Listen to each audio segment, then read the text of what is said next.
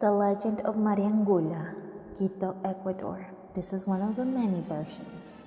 This story is about a 14-year-old girl whose mom used to sell tripamishki, which is a traditional dish that consists of the intestines of cow or pork fried on a grill with hot coal for its slow process of cooking.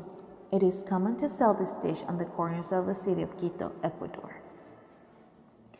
One of those days, the mother of Maria Angula sent her to buy some of the intestines, but Maria Angula was so restless that she went to play with her friends and disobeyed the orders from her mom, making matters worse as she spent her mom's money on sweets and candy. The girl, worried about what would happen, was already imagining how her mom was going to punish her.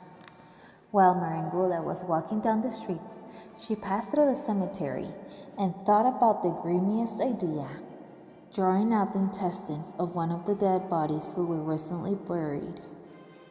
She snatched out the guts and took them to her mom to sell them. She actually achieved her goal to avoid her possible punishment.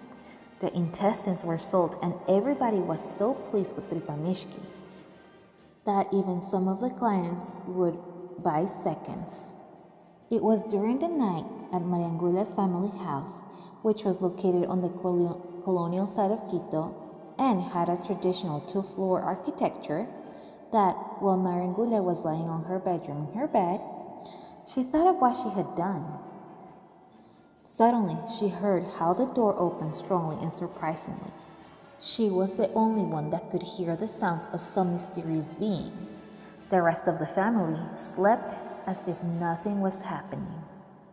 When the noise was too loud, she could hear a clear voice saying, "Maria Angula, give me back my intestines and guts that you stole from my holy grave."